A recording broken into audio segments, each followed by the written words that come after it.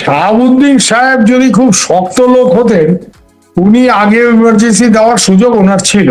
Emergency পাওয়ার ব্যবহার করে দেশে একটা সার্বিকভাবে একটা জরুরি অবস্থা দিয়ে উনি আয়ত্তে আনার একটা চেষ্টা করতেন, এবং সেই ক্ষেত্রে আসল ব্যাপারটা হচ্ছে সেনাবাহিনী ওনার পক্ষে থাকবে কি থাকবে না, সেটা একটা ক্রিটিক্যাল ব্যাপার ছিল। এখন সেনা প্রধান ওয়াকারুজ্জামান সাহেবও যে টালমলো অবস্থা, উনি একবার এদিক একবার ওদিক করে।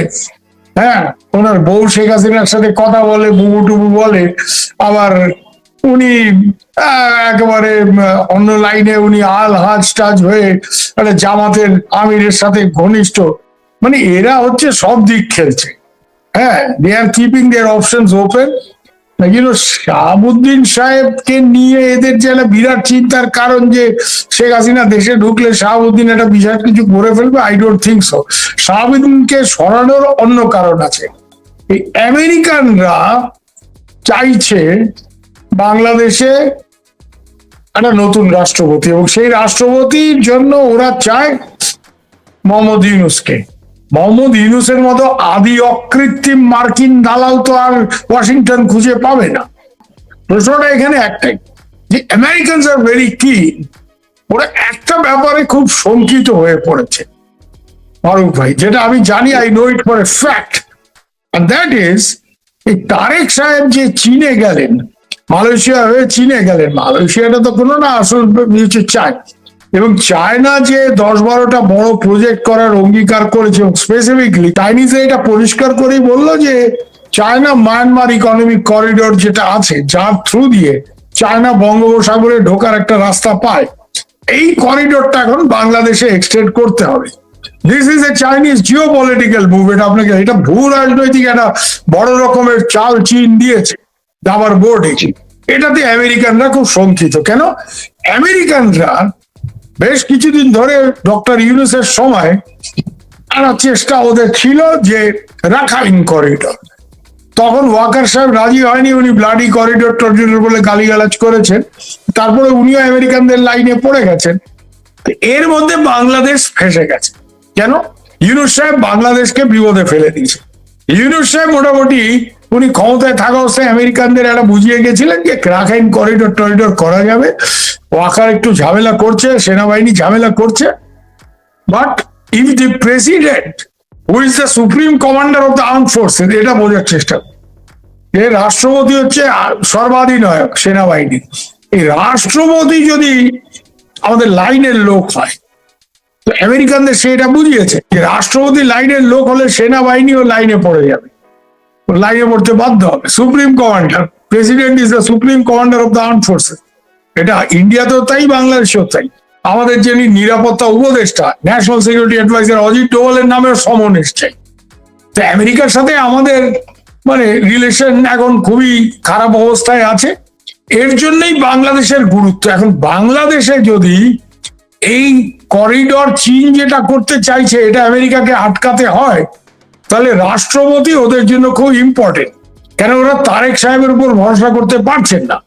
ওরা তারেক সাহেবকে নানা রকম ভুজুং ভাজুং দিল, তারেক সাহেব চীনে গেছেন।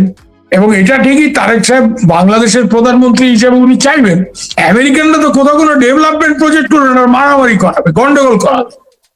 তো এর জন্য উনি চাইছেন যে চাইনিজ ফান্ড এনে এখানে বড় বড় কিছু পরিকাঠামো, হ্যাঁ, প্রজেক্ট তৈরি করা। কেন? তারেককে সবসময় লোকে শেখ হাসিনার সাথে কম্পেয়ার করবে যে শেখ হাসিনা এত সব উন্নয়ন করেছে। তো তারেক সাহেবও চাইছে বড় বড় কিছু উন্নয়ন প্রকল্প, তার জন্য টাকাটা কোথা থেকে? চীন। ন্যাচারালি চায়নার অনেক ডিপ পকেট, অনেক টাকা পয়সা। তো এটা আমেরিকানরা বাধা দিতে চাইছে।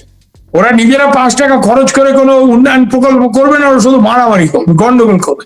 ওরা আপনার কাঁধে বন্দুক রেখে মায়ানমারে গুলি চালাবে। এর জন্য এই সার্জিও, এই হ্যামিল্টনের ওখানে আসা, এবং তার কয়েকদিনের মধ্যে সার্জিও গোর ওখানে যাচ্ছে। কেন? সার্জিও গোর কিন্তু আপনি মনে রাখবেন, he is not a professional foreign service officer.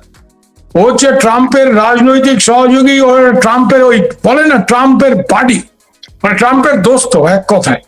একসাথে খাওয়া দাওয়া হয় টয়, আরো অনেক কিছু হয় টয়। ট্রাম্প সাহেব তো রঙিন মানুষ, অনেক কিছু করেন টরেন।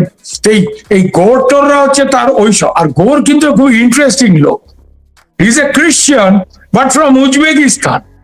আপনি দেখবেন এই টাইপের লোকগুলি, হ্যাঁ, কমিউনিস্ট স্টেট বা ইসলামিক স্টেটের যারা ক্রিশ্চিয়ান তারা খুব হার্ড লাইন হয়। যেরকম ব্রাজিলস্কি ছিল, রোনাল্ড রিগানের ন্যাশনাল সিকিউরিটি অ্যাডভাইজার, পোল্যান্ডের লোক, প্রচন্ড অ্যান্টি কমিউনিস্ট, প্রচন্ড অ্যান্টি রাশিয়া। ওই জন্য একটা কোল্ড ওয়ার মারামারি করতে হবে, রাশিয়াকে টাইট দিতে হবে। এই লোকটা উজবেকিস্তানের লোক, তো ওই রাশিয়া চায়না কমিউনিস্ট আটকাও এইসব। তো এ হচ্ছে, ওর জন্য নামটা দেখবেন সার্জিও, কিন্তু Gor, it's not a normal American মানে Christian name. Anyway, point is ও ট্রাম্পের বাড়ি, ট্রাম্পের দোস্ত। ট্রাম্প ওকে শুধুমাত্র ইন্ডিয়াতে অ্যাম্বাসেডর না, পুরো সাউথ এশিয়ার দায়িত্ব দিয়ে রেখেছে। তো ওই লোক ওখানে যাচ্ছে, কিন্তু ও তো ইন্টেলিজেন্স অফিসার না, ও তো আর অপারেশন করার এক্সপিরিয়েন্স তার নেই। ওই জন্য আগে একটা ইন্টেলিজেন্স একবারে পোড় খাওয়া, 35 বছর সিআইএ তে চাকরি করা, বাংলাদেশে বউ যার আছে এরকম একজন লোককে এখানে পাঠিয়েছে আগে খেলাধুলোগুলি সাজানোর জন্য। এইবার বোর ওখানে যাবে এবং এরা প্রবল প্রেসার দেবে। চুপ্পুকে সরানো হয়েছে এই প্রেসারই, এবং চুপ্পুকে সরিয়ে এখন ওখানে ইউনূসকে রাষ্ট্রপতি করা। সে আপনার ওই শফি সাহেব যতই বড় বড় কথা বলে যে না এই অকৃতজ্ঞ জাতি, ইউনূস সাহেব রাষ্ট্রপতি হতে চান না, ফালতু কথা। ইউনূস সাহেব রাষ্ট্রপতি হতে চান না, সব থেকে বড় কারণ কি জানেন? Immunity from prosecution. একবার উনি রাষ্ট্রপতি হলেন, উনি যে মহান মহান কাজগুলি করেছেন যার জন্য ওনার বিরুদ্ধে আগেও মামলা হয়েছে এবং আগামী দিনে আরো মামলা হতে পারে, গণিত কাজ যেগুলি করেছে, রাষ্ট্রপতি একবার হয়ে গেলে ইমিউনিটি ফ্রম প্রসিকিউশন, আর তার বিরুদ্ধে কোনো মামলা কিছু করা যাবে না। This is the main reason. Plus ওনার তো টাকার খেয়ে শেষ নেই। উনি মানে উনি চিফ অ্যাডভাইজার হয়ে নিজের কোম্পানিকে কনফ্লিক্ট অফ ইন্টারেস্ট উপেক্ষা করে, হ্যাঁ, গ্রামীণের এই লাইসেন্স ওই লাইসেন্স বার করেছে। এই কাজগুলিও আরো সহজ হয়ে যাবে উনি রাষ্ট্রপতি হলে। আরেকটা জিনিস আমি শুনতে পেয়েছি যে ওখানে ওই আরেকজন মহাপ্রভু আছেন আমেরিকানদের খুব কাছের লোক, হ্যাঁ, যাকে কনস্টিটিউশনাল এক্সপার্ট বলে বলা হয়, কিন্তু সে একসময় আমার বিবিসি এর কলিগ ছিল। তো সে কত বড় কনস্টিটিউশনাল এক্সপার্ট সেটা আমি জানি, আলী রিয়াজ।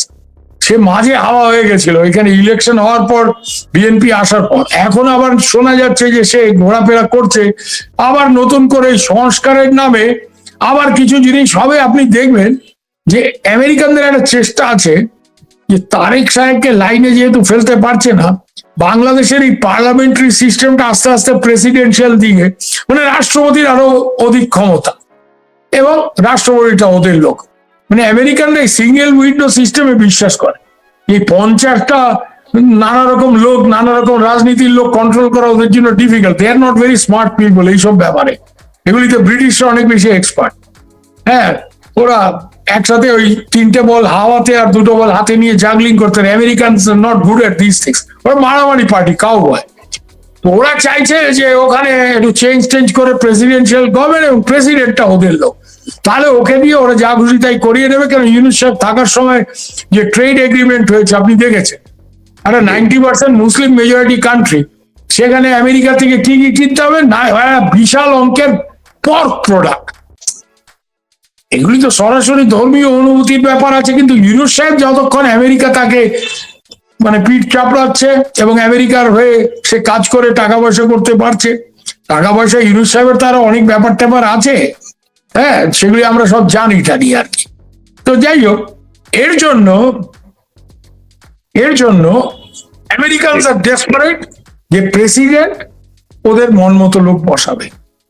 তার মানে আপনি যে তথ্যগুলো বললেন এটা তো খুবই ভয়ঙ্কর একটা, এবং আপনার টোনে, আপনার কথায় অনেকটাই বোঝা যাচ্ছে বা পরিষ্কার যে আসলে ডক্টর ইউনূসকে হয়তো রাষ্ট্রপতি করা হচ্ছে, এবং পর্যায়ক্রমে এই আলী রিয়াজের মাধ্যমে আবারও সেই সংস্কার কমিশন অ্যাক্টিভ করে প্রেসিডেন্সিয়াল গভর্নমেন্টের দিকে যাওয়ার একটা আশঙ্কা আপনি করছেন, তাই তো?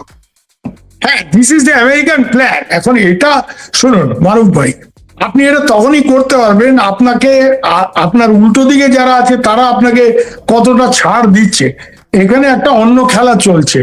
আপনি লক্ষ্য করেছেন নিশ্চয়ই যে তারেক রহমানকে ব্রিক্স এর যে সামিট হতে যাচ্ছে, Brazil, Russia, India, China, south Africa, এই যে গ্রুপিং, যার মধ্যে আরো অনেকে ইদানিং, তো বাংলাদেশের মেম্বারশিপ হওয়ার ইচ্ছা প্রকাশ করেছিল। এর জন্য বাংলাদেশকে এই সম্মেলন সেপ্টেম্বর মাসের 11, 12, 13 তারিখ দিল্লিতে হবে। এই সম্মেলনে তারেক রহমানকে ইনভাইট করা হয়েছে।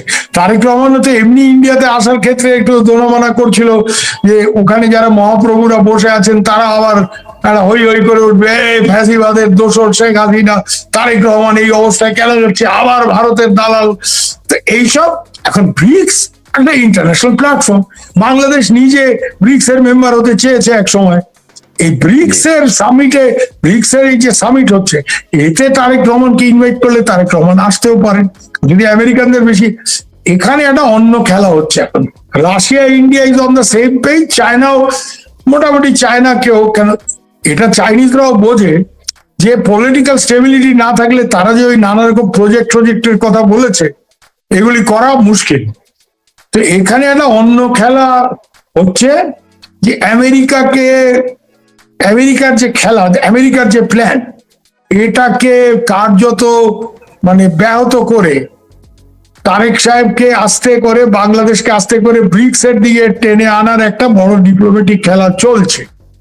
এবং এর জন্য তারেক সাহেবকে ইনভাইট করা হয়েছে সামিটে। উনি এখনো আসবেন কি আসবেন না বলেননি, কিন্তু আমরা জানি যে বিএনপি অন্য লোকজনকে রাষ্ট্রপতি করতে চায়। বিএনপির candidate possibly somebody like Moin Khan, হ্যাঁ, শিক্ষিত মানুষ, এই ধরনের লোক।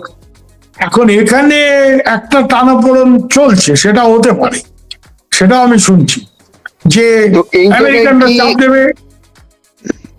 সরি, না, জি বলুন, আপনি শেষ করুন। না ওটা বলছিলাম যে এখানে এই রাষ্ট্রপতিকে আগে করা নিয়ে হবে, এটা নিয়ে একটা টাগ অফ ওয়ার চলছে, দড়ি টানাটানি।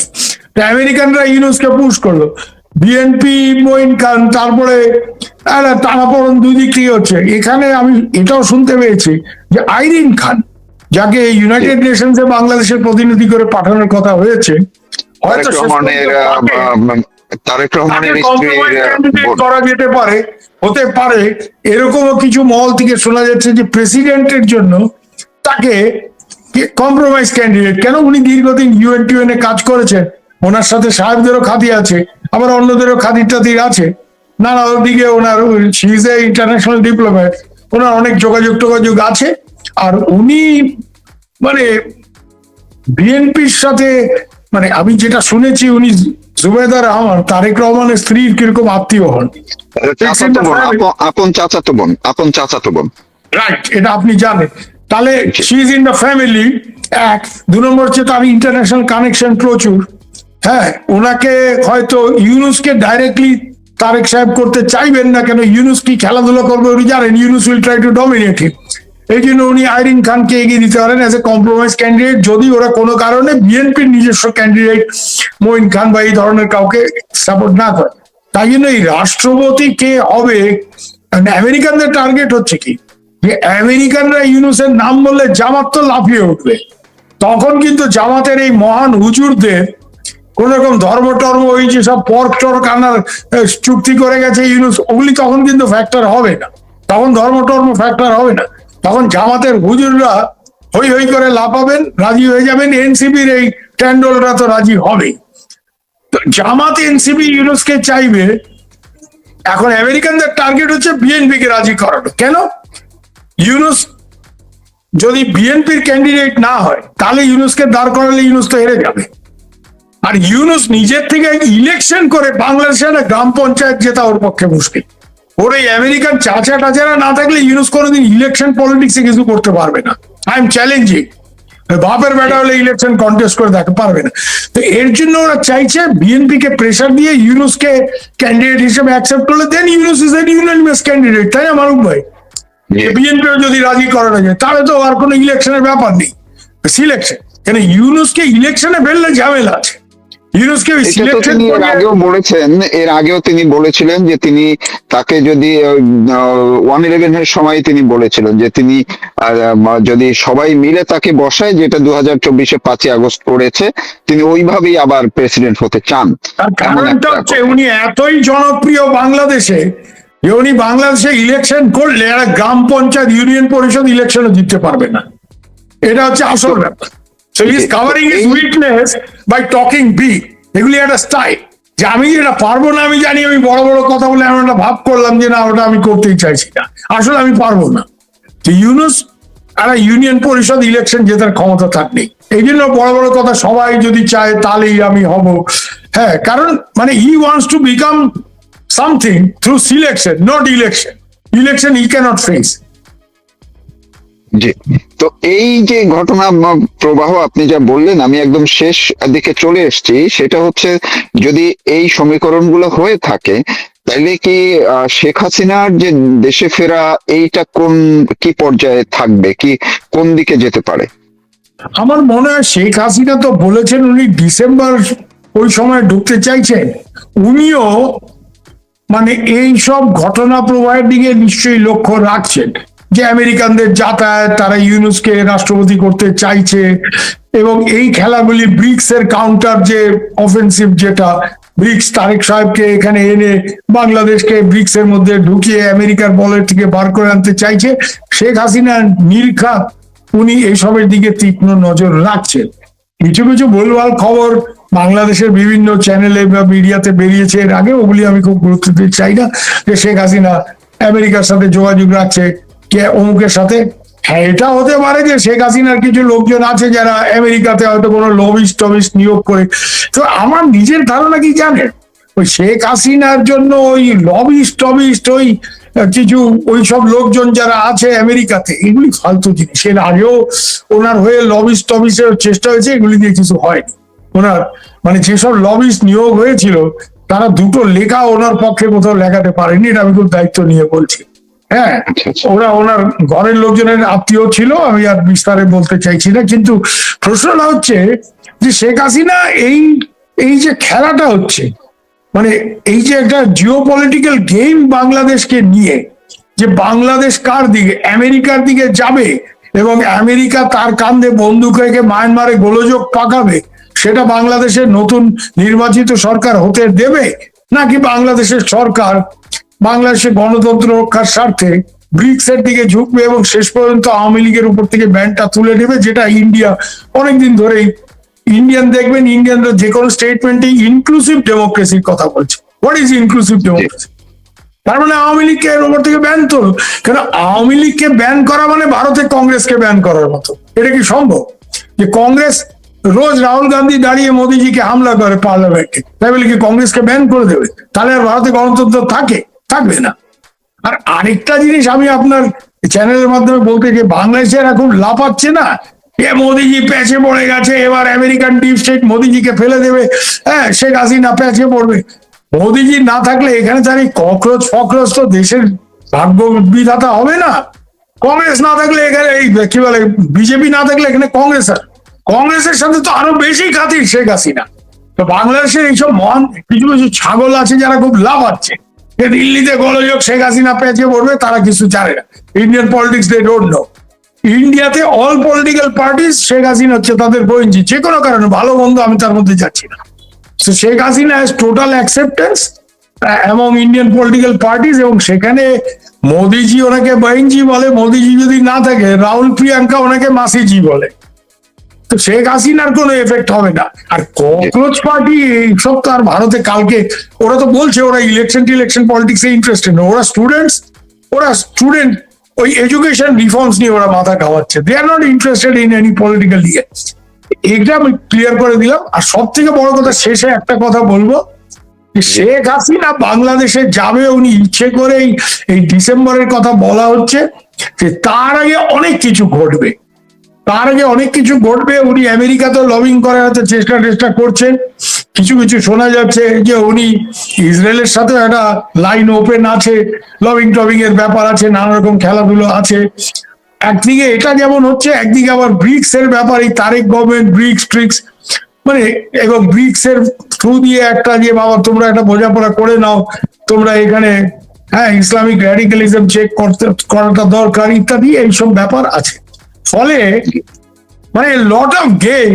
মানে আমার বন্ধু বার্টি লিন্ডারের একটা অসাধারণ বই আছে, উনি Swedish journalist based in Bangkok, আমার খুবই বন্ধু মানুষ। আমরা দুজনে একটা ব্যাপার আমাদের কমন আছে, আমরা প্রায় এই মায়ানমারে এসব গেরিলাদের বেসে ভিসা পাসপোর্ট ছাড়া এমনি ঢোকা, মানে উই আর কম্পালসিভ বর্ডার ক্রসার্স, এইসব আমরা করেছি। তো বার্টিলের একটা দারুণ বই আছে, গ্রেট গেম ইস্ট।